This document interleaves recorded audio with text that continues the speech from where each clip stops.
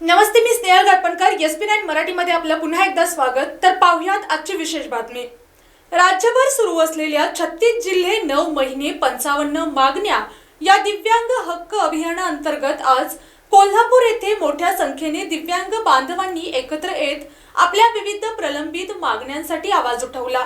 तर पाहूयात आजची सविस्तर बातमी. यावेळी जिल्हाधिकारी कार्यालयात निवेदन सादर करण्यात आले. महालक्ष्मी नगरी कोल्हापूरमध्ये आयोजित या आंदोलनात तब्बल 452 दिव्यांग बांधवांनी उत्स्फूर्त सहभाग नोंदवला. दिव्यांगांच्या न्याय हक्कासाठी, रोजगारांच्या संधीसाठी, शिक्षणातील सवलतींसाठी तसेच सन्मानाने जगण्याच्या अधिकारांसाठी ही लढाई सुरू असल्याचे आंदोलकांनी स्पष्ट केले. अभियानादरम्यान शासनाकडे मांडण्यात आलेल्या 55 प्रमुख मागण्यांवर तातडीने सकारात्मक निर्णय घ्यावा अशी एकमुखी मागणी उपस्थितांनी केली.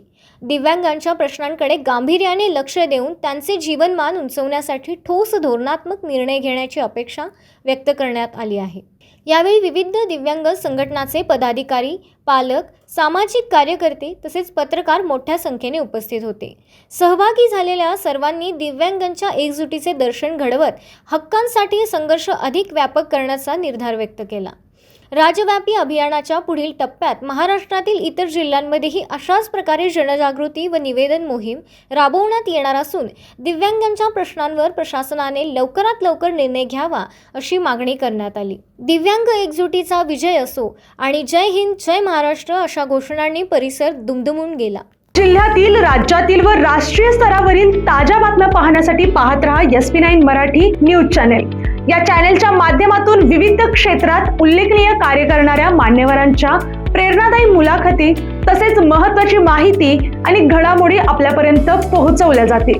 अशा नवीन बातम्या आणि माहिती मिळवण्यासाठी चॅनेलला लाईक करा, शेअर करा आणि हो, सबस्क्राईब करायला विसरू नका. पाहत रहा SP9 Marathi, your time your news. धन्यवाद.